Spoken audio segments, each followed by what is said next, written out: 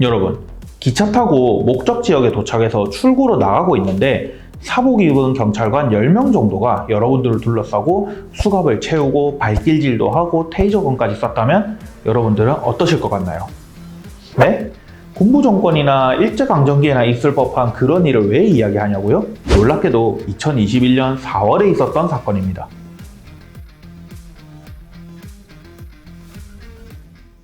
A씨는 부산역에 내려서 승강장을 나오고 있었는데요. A씨에게 갑자기 건장한 체격의 남성 2명이 와서 신분을 확인하자고 했다고 합니다. A씨가 뒤를 쓱 보니까 2~3명 정도의 남성이 더 따라오고 있었고요. 그러자 A씨는 괴한들이 자신을 공격하려는 줄 알고 무서워서 도망을 가기 시작했습니다. 그런데 몇 걸음 못 가서 발을 헛디뎌서 A씨는 넘어졌고, A씨가 넘어지자 앞뒤로 어디선가 사람들이 막 나타나더니 10명 정도가 A씨를 에워쌌습니다. 그 중에서 누군가는 A씨를 발로 차기도 하고, 누군가는 수갑을 채웠고, 누군가는 심지어 테이저건까지 쐈다고 하네요.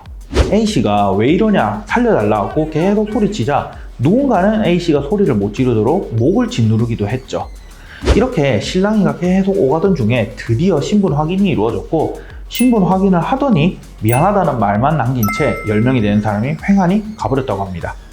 이로 인해서 A씨는 코뼈가 부러지는 등 전치 4주 이상해를 입었고 9개월이 지난 지금까지도 정신과 치료를 계속해서 받고 있다고 합니다.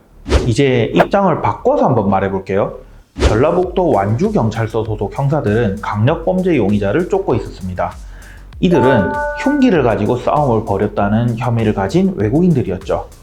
형사들은 이들이 KTX를 타고 부산역에 갔다는 정보를 입수했고, 부산경찰에 급히 지원 요청을 하고 본인들도 부산역으로 출동했습니다. 부산역에 KTX에서 내리는 사람 중에서 인상착의가 용의자랑 비슷한 사람을 발견했고, 그래서 형사 2명은 그 사람에게 가서 신분 확인을 요구합니다.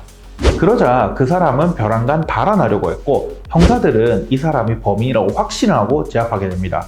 특히 이 사건은 혐의 자체가 흉기 난동이었기 때문에 이 사람이 흉기를 갖고 있을 거라고 확신했죠. 그래서 제대로 제압을 하기 위해서는 수갑이나 테이저건 등등 갖고 있는 모든 수단을 총동원해야만 했습니다. 하지만 외국인이었어야 할 용의자가 너무 유창하게 한국말을 잘하면서 소리를 치자 경찰은 그제서야 신분 확인을 하게 됩니다. 신분 확인을 해보니까 용의자가 아니란 걸 알게 된 거죠. 그래서 경찰들은 다시 용의자를 쫓으러 갔습니다. 경찰은 나중에 A씨에게 피해에 대한 손실보상 제도를 안내했고, 또 본인들은 적법한 공무수행의 과정이었다고 주장하고 있죠. 양측 입장을 들어본 뒤 여러분들의 생각은 어떠신가요? 적법한 공무수행의 과정이었다고 생각하시나요? 아니면 지나치게 과잉 진압을 했다고 생각하시나요? 저는 개인적으로는 체포를 하고 수갑을 채우는 정도까지는 적법하다고 볼 수 있겠지만, 거기에 더해서 발길질을 하거나 테이저건을 쏘는 행위는 과잉행위라고 생각합니다. 일단 우리나라는 역사적으로 일제강점기와 군부 정권을 거치면서 부당하게 체포하고 수사하고 고문하는 행위들이 워낙 많이 있었습니다. 그렇기 때문에 국가가 공권력을 이용해서 사람을 체포하고 수사하는 데 있어서 굉장히 엄격한 형사법 체계가 만들어졌죠. 그렇다 해도 범죄자를 잡을 땐 잡아야겠죠. 형사소송법 제200조의 3에서는 피의자가 도망을 칠 때에는 긴급 체포를 할 수 있다고 규정하고 있습니다. 그래서 이 사건을 봤을 때도 A씨가 도망을 치니까 경찰들이 달려들어서 A씨를 체포하고, 그리고 수갑을 채우는 정도까지는 충분히 할 수 있는 일이라고 저는 보는 거죠. 긴급 체포에 대한 자세한 영상은 이 영상을 참고해주세요. 근데 이 사건을 보면 A씨는 몇 걸음 못 가서 바로 넘어져 버리죠. 넘어진 뒤에도 A씨 손은 가드만 올리고 있고 별다른 움직임도 없어요.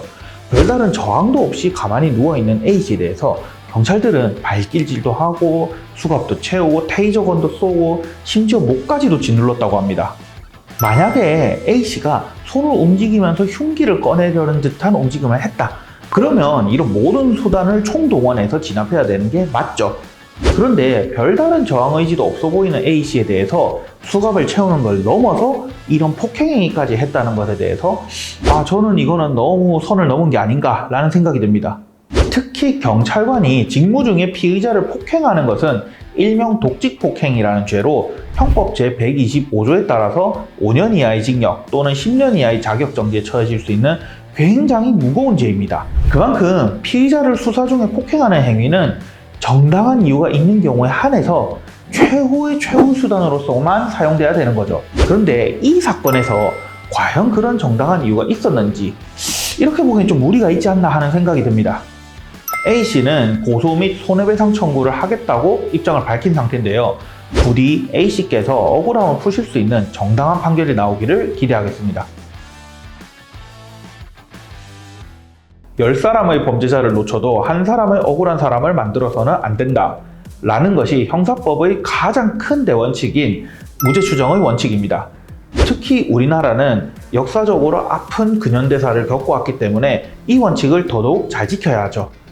이 사건을 통해서 이 대원칙에 대해서 다시 한번 돌아보는 계기가 되었으면 하고 억울한 사람이 다시는 발생하지 않기를 바라봅니다.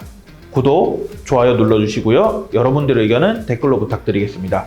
저는 다음에도 유용한 범죄 지식으로 찾아뵙겠습니다. 감사합니다. 곤변이었습니다.